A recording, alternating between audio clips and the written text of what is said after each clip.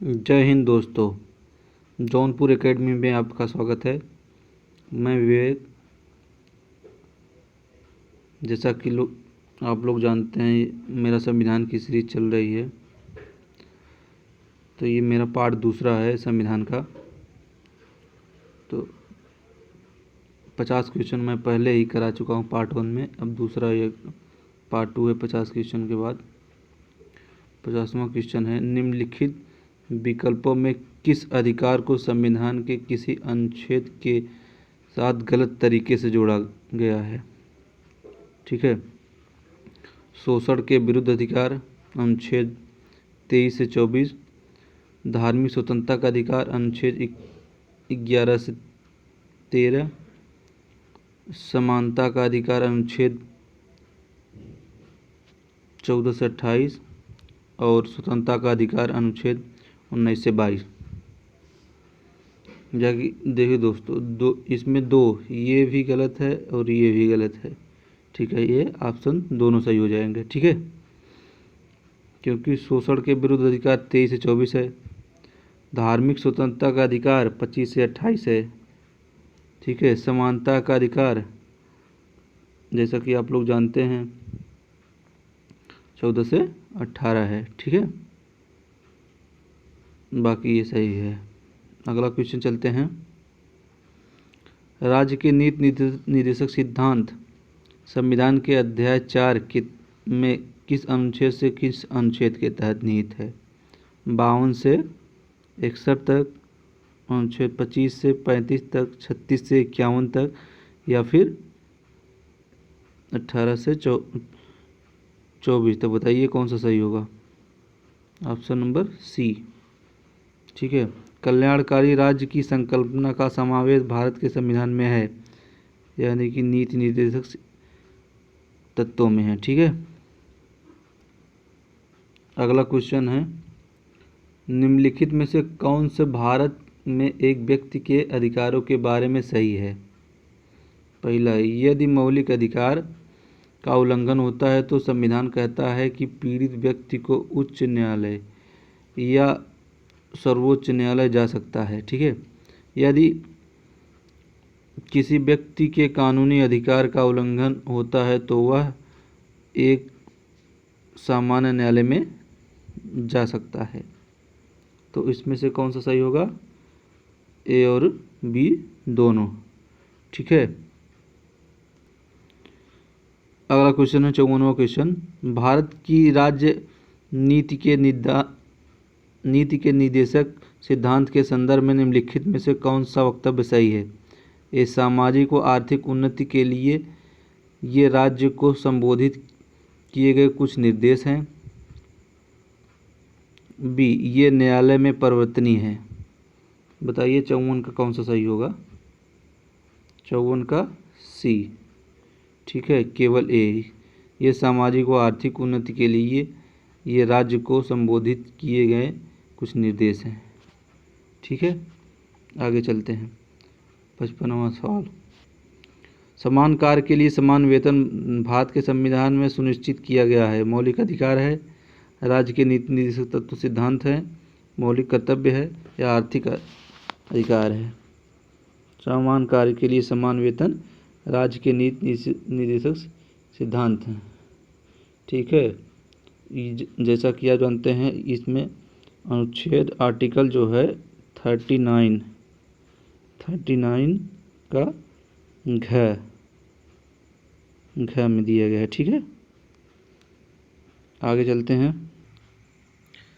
56वां question है, निम्नलिखित में से कौन सा वक्तव्य भारतीय संविधान में स्थित राज्य लेकिन ये तो करवा चुके हैं सर दोस्तों। अगला क्वेश्चन नहीं सही है, हमने सोचा वो दूसरा क्वेश्चन है। निम्नलिखित में से कौन सा वक्तव्य भारतीय संविधान में स्थित राज्य के नीति निर्देशक तत्वों के में विनिर्दिष्ट रूप से लिखित है? राज्य अपनी नीति का विशिष्टया इस प्रकार संचालन करेगा कि सुनिश्चित रूप से, ऑप्शन नंबर ए, पुरुष और स्त्रियों दोनों का समान कार्य के लिए समान वेतन हो।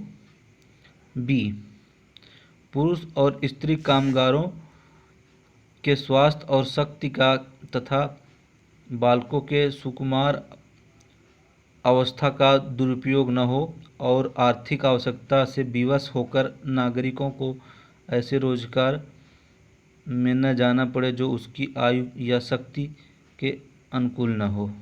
बताइए 56 का कौन सा सही होगा? 56 का सी, ए और बी दोनों। ठीक है, आगे चलते हैं। ये आर्टिकल 39 आप लोग बढ़िया से पढ़िएगा, ये बहुत इम्पोर्टेंट आर्टिकल है।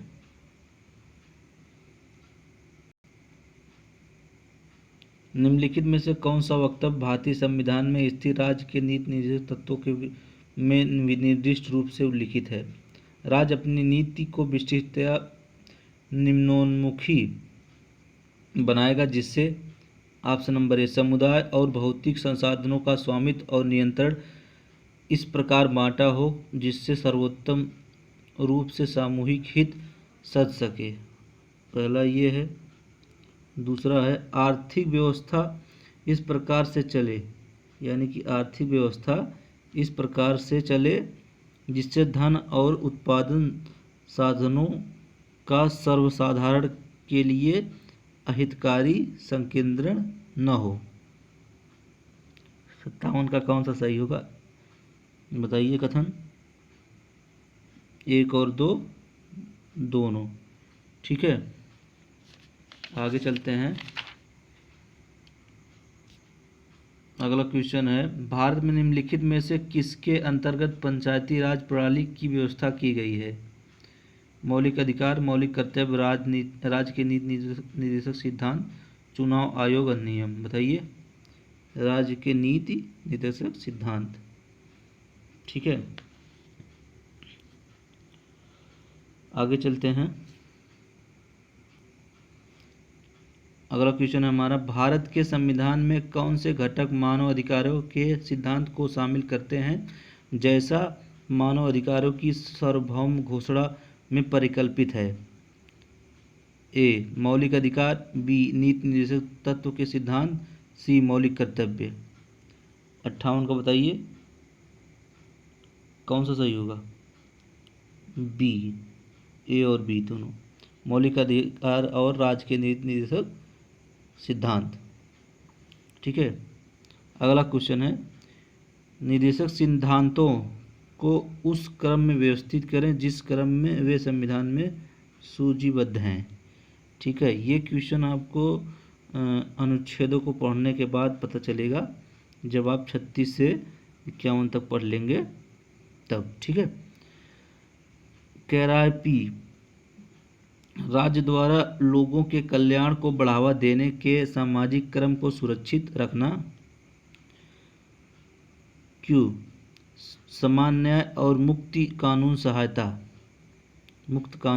सहायता, या फिर ग्राम पंचायतों को संगठित करना। कौन सा सही होगा इसमें? PQR, यानी कि ये संगठित है। ठीक है, अगला क्वेश्चन चलते हैं।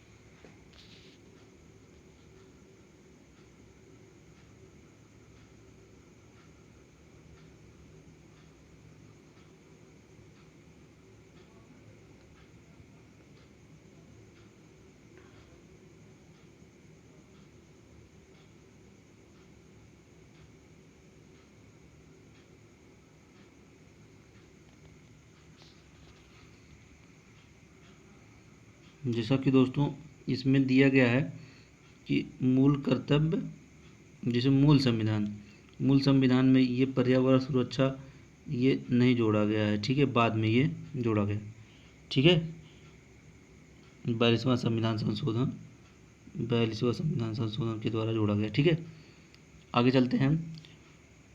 भारतीय संविधान के किस अनुच्छेद में 42वें संविधान संशोधन विधेयक द्वारा मूल कर्तव्य को सम्मिलित किया गया है? ठीक है, अनुच्छेद 51 के ए, मूल कर्तव्य। भारत के नागरिकों के मूल कर्तव्यों का विवरण संविधान के किस भाग में दिया गया है? भाग 4 के क्या में? भारत के प्रत्येक नागरिक का कर्तव्य होगा कि पर्यावरण का संरक्षण एवं सुधार शामिल करे। किस अनुच्छेद में है? 48 के ए। ठीक है, अगला क्वेश्चन है, निम्नलिखित बयानों में से कौन सा राज्य के नीति निर्देशक सिद्धांतों के संबंध में सही है? नीति निर्देशक सिद्धांत और मौलिक अधिकारों के बीच टकराव के मामले में नीति निर्देशक सिद्धांत का अदालत में वर्चस्व होगा। बी, मौलिक अधिकार असीमित नहीं है और नागरिक उचित प्रतिबंधों के अधीन है। नीति निर्देशक सिद्धांत किसी भी संवैधानिक सीमाओं के अधीन नहीं है। इनमें से कौन सा सही होगा बताइए जल्दी से। 72, क्वेश्चन नंबर 72 का सी, केवल बी। ठीक है, अगला क्वेश्चन है, भारतीय संविधान में कितने मौलिक कर्तव्य हैं? भारतीय संविधान में कितने मौलिक कर्तव्य हैं? तो 11। पहले कितने थे? 10। ठीक है, निम्नलिखित युग्म में से एक सुमिलित नहीं है।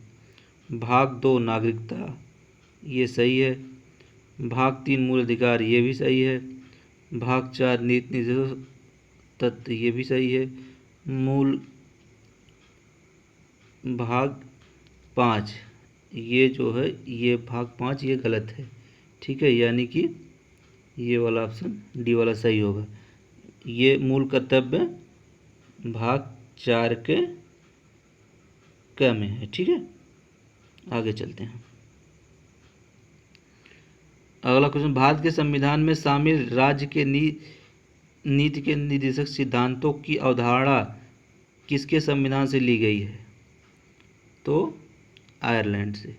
ठीक है, अगला क्वेश्चन चलते हैं, संविधान का कौन सा भाग राज्य के नीति निर्देशक सिद्धांतों से संबंधित है? वही क्वेश्चन है, कौन सा भाग? 4। ठीक है, हमारे संविधान में नीति निर्देशक सिद्धांत कानूनी न्यायालय द्वारा परिवर्तनीय है, अर्ध परिवर्तनीय है, आंशिक रूप से अपरिवर्तनीय है, कानूनी अदालतों द्वारा अपरिवर्तनीय है। तो 77 का बताइए कौन सा सही है? कानूनी अदालतों द्वारा अपरिवर्तनीय है, इसको जो है परिवर्तन नहीं किया जा सकता। ठीक है, भारत के संविधान में कौन से भाग रूस से लिया गया है? पंचवर्षीय योजना, मूल अधिकार, मौलिक दायित्व, बताइए कौन सा लिया गया है? 78 का सी, पी और आर। ठीक है, निम्नलिखित में से कौन सा वक्तव्य अंतर्राष्ट्रीय शांति और सुरक्षा की समृद्धि का उद्देश्य से भारतीय संविधान में स्थित राज्यों के नीति निर्देशक सिद्धांतों में विनिर्दिष्ट रूप से उल्लिखित है? राज्य को प्रयास करना होगा। ऑप्शन नंबर है, अंतर्राष्ट्रीय विधि तथा संधि बाध्यताओं के प्रति आदर बढ़ाने का, अंतर्राष्ट्रीय विवादों को मध्यस्थता द्वारा निपटाने के लिए प्रोत्साहन देने का, सी परमाणु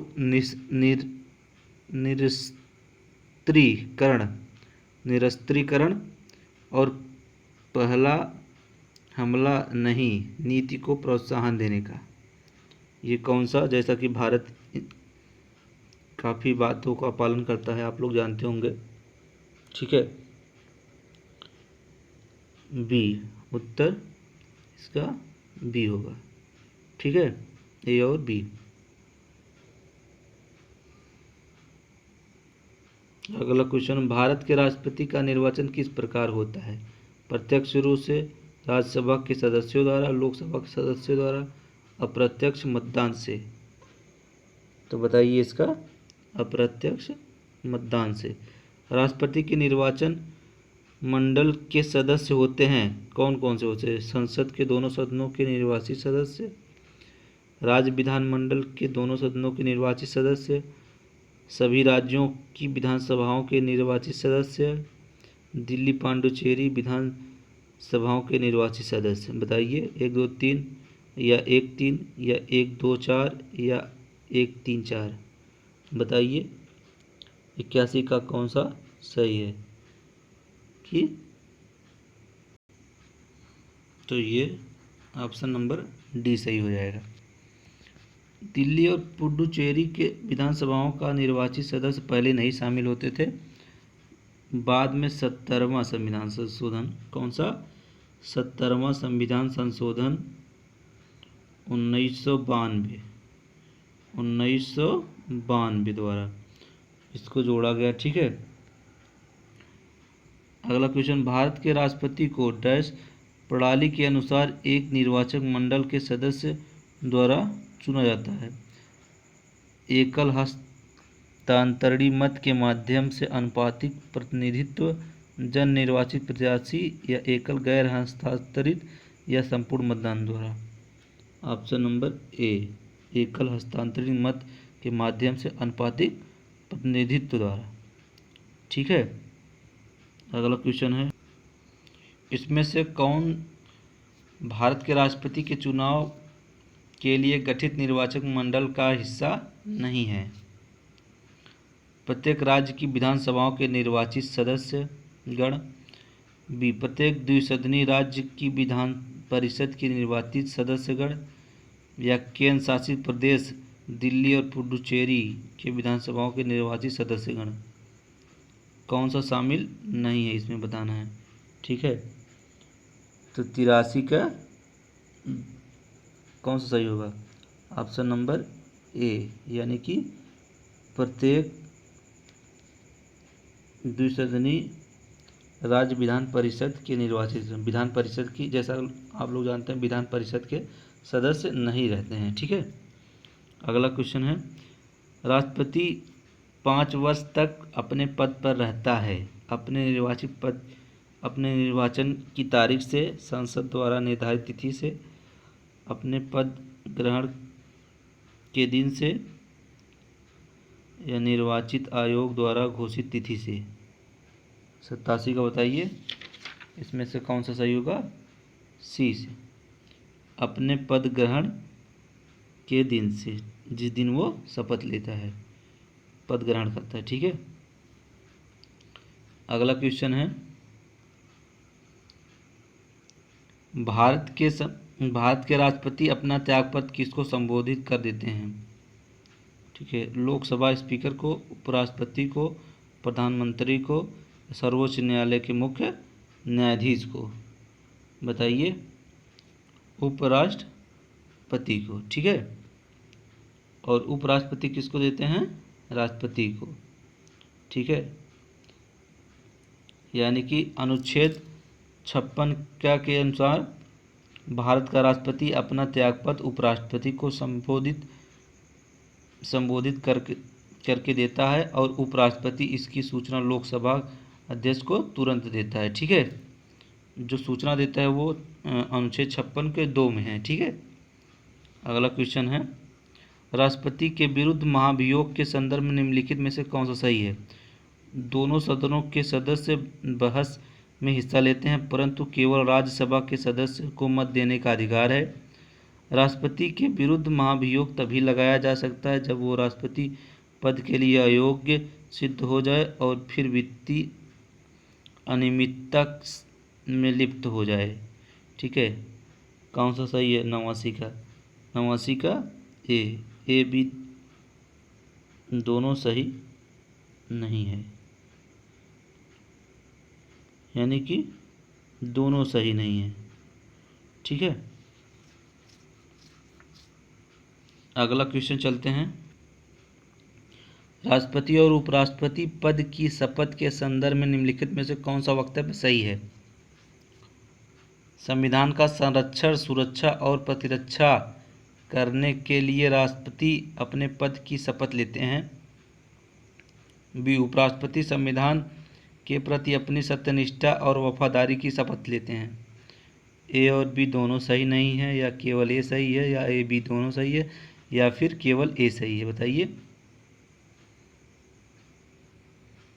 ठीक है, 90 का कौन सा सही है? सी, ए बी दोनों सही है।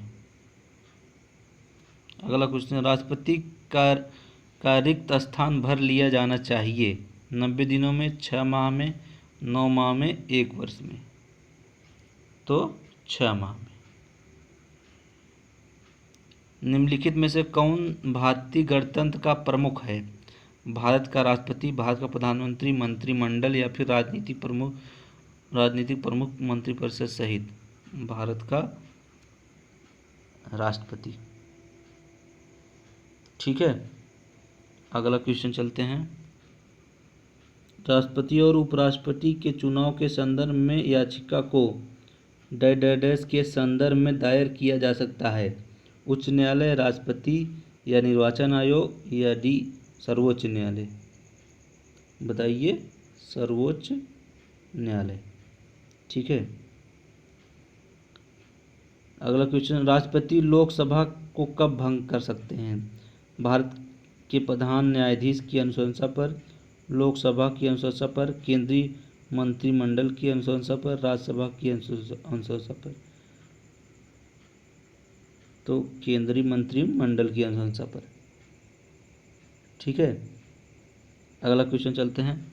निम्नलिखित में से राष्ट्रपति किसकी नियुक्ति करता है? भारत का महान्यायाधीश, नियंत्रक, महालेखा परीक्षक, एक राज्य का राज्यपाल, या उपरोक्त सभी? उपरोक्त सभी। अगला क्वेश्चन है, निम्नलिखित में से भारत का राष्ट्रपति किसकी नियुक्ति नहीं करता है? उपराष्ट्रपति, प्रधानमंत्री, राज्यपाल, या मुख्य निर्वाचन आयुक्त? किसकी नियुक्ति नहीं करता है? बताइए। उपराष्ट्रपति की। जैसा कि आप लोग जानते हैं उपराष्ट्रपति का चुनाव होता है। ठीक है, अगला क्वेश्चन है, राष्ट्रपति की क्षमा आदि की शक्ति एक विधिक शक्ति है, न्यायिक शक्ति है, कार्यपालिका शक्ति है, इनमें से कोई नहीं? बताइए। 97 से का कौन सा सही है? 97 का ए सही है, विधिक शक्ति सही है। राष्ट्रपति उपराष्ट्रपति की नियुक्ति नहीं करता है और अनुच्छेद 66 के अनुसार राष्ट्रपति का निर्वाचन होता है। ठीक है, पहले वाला क्वेश्चन है। और अनुच्छेद 72 के तहत क्षमा आदि कितना है? आर्टिकल 72 के तहत राष्ट्रपति क्षमा आदि की शक्ति दी गई है। ठीक है, निम्नलिखित में से राष्ट्रपति की कौन सी न्यायिक शक्ति उसकी परिभाषा में मेल नहीं खाती?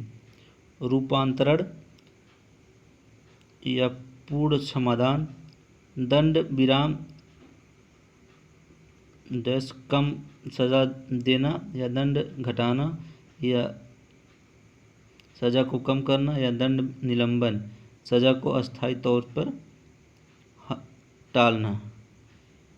कौन सा सही है? ए और बी यानी कौन सा मेल नहीं खाती? ए और बी दोनों मेल नहीं खाता। ठीक है, जैसा कि रूपांतरण मतलब पूर्ण क्षमादान, रूपांतरण मतलब सज़ा को बदल देना, और ये दंड विराम का मतलब है सज़ा कम करना नहीं, सज़ा को रोक देना। ठीक है, ये दोनों सही है। इसमें पूछा है कि कौन सा नहीं सही है, तो ये दोनों नहीं सही है, यानी कि इसमें ये दोनों सही होगा। ठीक है, अगला क्वेश्चन चलते हैं।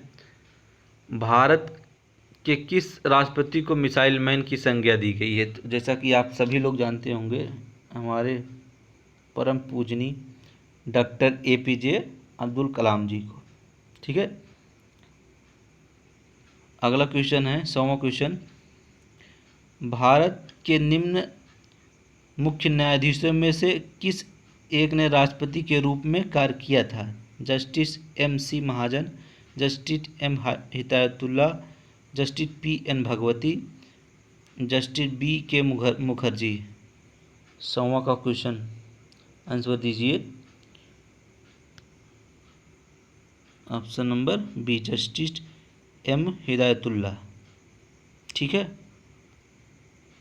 अगला क्वेश्चन है, भारत के उपराष्ट्रपति का चुनाव किस प्रकार होता है? राष्ट्रीय स्तर पर सीधे चुनाव से, राष्ट्रपति द्वारा मनोनयन से, लोकसभा के सांसद और विधानसभा के विधायकों से सीधे चुनाव द्वारा, लोकसभा और राज्यसभा के सांसदों द्वारा सीधे चुनाव से। बताइए 101 का कौन सा सही होगा? डी, लोकसभा और राज्यसभा के सांसदों द्वारा सीधे चुनाव से। ठीक है। जय हिंद दोस्तों। जैसा कि संविधान का 100 क्वेश्चन हम पार्ट 2 में पूरा कर चुके हैं, 101 क्वेश्चन। आप लोग इसको ज़रूर देखें, परीक्षा की दृष्टि से बहुत महत्वपूर्ण है। अगर वीडियो अच्छा लगा तो लाइक एवं सब्सक्राइबर ज़रूर करें। ठीक है। जय हिंद दोस्तों।